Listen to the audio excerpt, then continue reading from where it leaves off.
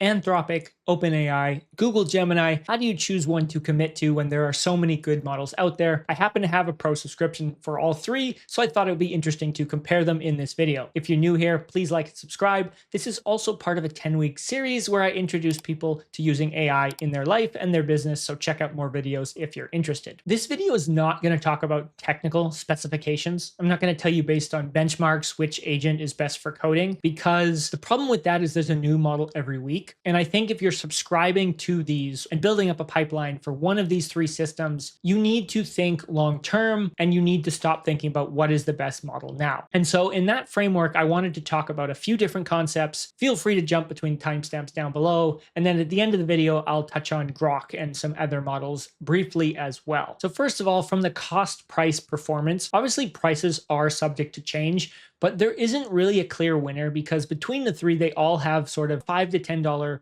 beginner plan. You typically have a $20 plus plan, and they all have sort of a $200 to $250 pro plan available. The names of the plans and the exact pricing change between the three, but it is very similar. And then in terms of API costs, we'll jump into this a little more at the end as well, but it also is quite similar. They have comparable pricing between the top three for different of their high tier models when it comes to calling the API rather than a monthly subscription. So in terms of that, it's hard to declare a clear winner, but I wanted to get the pricing out of the way first. In terms of how you actually choose a model, I think there's a few important things to consider. And number one is, what do you actually have access to already? And what are you using in your life, in your daily business? Most of us, because if you have something like Google Workspace, for example, a small business running this, you already have access to all of Gemini's tools, and you may not want to also subscribe to OpenAI or Anthropic. Similarly, if you're using Gmail and Google Calendar in all your life, the other tools do integrate well with them,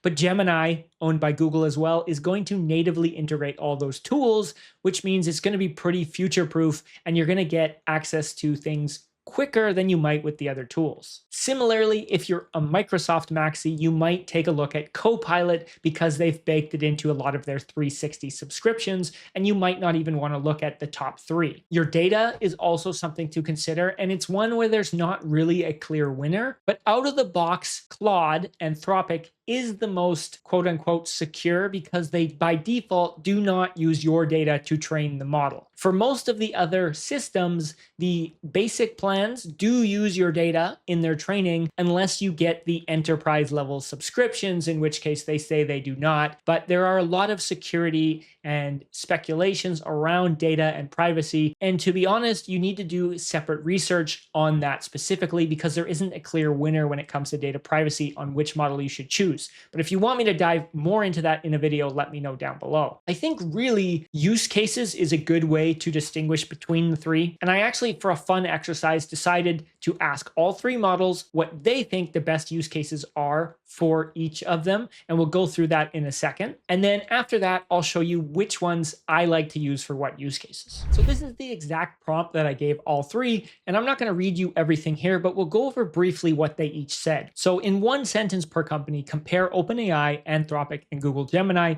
in terms of their current strength and primary use cases. Then list 2 to 3 specific tasks you would use for each, and I told it to search the internet to get the most recent data. This is from ChatGPT 5.2. They say that OpenAI is best if you want all-around assistance, especially strong for interactive do work with me type of problem solving. So they would use it with producing strategic docs end-to-end, things like debugging and refactoring code, and long text context synthesis. They use Anthropic. They say Anthropic is best for high relatability agentic work. They would use it for things like multi-step coding tasks, like running an agent across a repo, long text content review / editing large specs and contracts, and computer use style tasks. The agent thing is something we're going to see again in a minute. That's a recurring theme. It seems like a lot of the models recommend Anthropic for using in conjunction with an agent. If you haven't seen my OpenClaw tips and tricks videos, go check that out. In terms of Google Gemini, according to OpenAI, they say it's best for top tier reasoning and tight integration with Google's ecosystem, which is something I covered already. If you're using Google's ecosystem, makes sense. They would use it for complex reasoning problems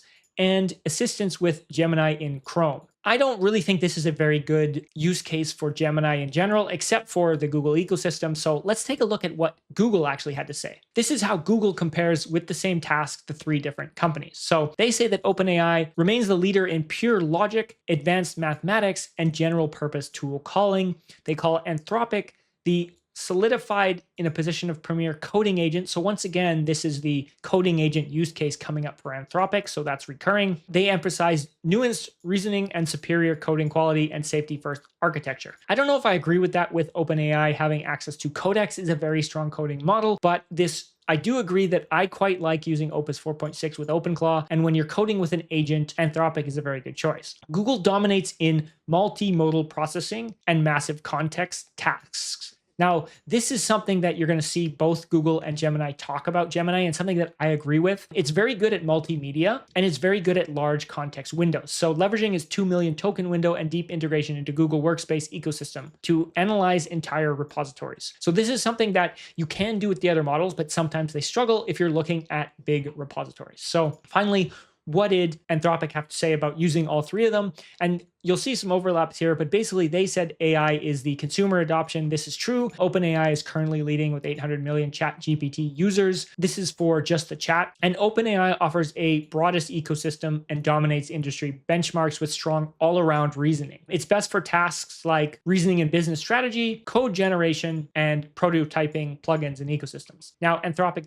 defines itself as being good at high context APIs and enterprise contracts with 300,000 plus business customers. This is true. Even the government is using Anthropic, even though they might drop that if you haven't seen my latest short. And it's good for, once again, they define themselves as being good at agentic coding, complex debugging, long document analysis, and enterprise workflows. So the enterprise and the agentic coding is something that comes up for Anthropic again and again. And then with Google, once again, multimodal tasks. So video, imaging, and text analysis is something that Google is very good at. Massive code base analysis. This is, once again, if you have entire code bases in high context, the large token window of Google allows you to do that without having to break up sessions. So what do? I use OpenAI for deep research because I quite like their deep research tool, even though it's fairly limited even on the Pro plan, as well as my general Ask Google. Ironically, I use OpenAI. When I have a quick question, I find it gives me the best all-around answer. When I want something probably less biased, honestly, I might ask Claude, but I mostly use Claude for planning. If I'm going to do a product launch, build an app, build a website, and I really want it planned out clearly with the steps, I really like Claude's artifacts. It lays out very nicely what you need to build in what steps, and it can be very good for technical products or product launches. I also use it for OpenClaw when it comes to the API, and when it comes to coding, I like Claude a lot. I mostly use Google, and it's probably the one I use the least for if I want to fact check something, I want to compare to the other models, or when I want to do image generation, I do use Google, even though OpenAI does have some good image generation tools as well, especially through the API. If I had to choose one, now that Codex has been developed and is very good for coding, I would probably go with OpenAI as the all-around choice if I had to pick just one. That being said, I do use Google Workspace for business, and so if I was you and I didn't want to pay for additional subscriptions, I would go to Google if you had access to it already. And then let's touch on a few others briefly. Grok, for example, is great if you want to do research on social media. Because Grok is plugged directly into X, whether you're using the API or whether you're using Grok directly, it is great for scraping social media and finding what is trending compared to some of the other models. That's primarily what I use it for. It's also built in if you're already paying for X, paying for Twitter, you have access to Grok, so it's a great tool to use. And then you have some of the Chinese models, DeepSeek, Minimax.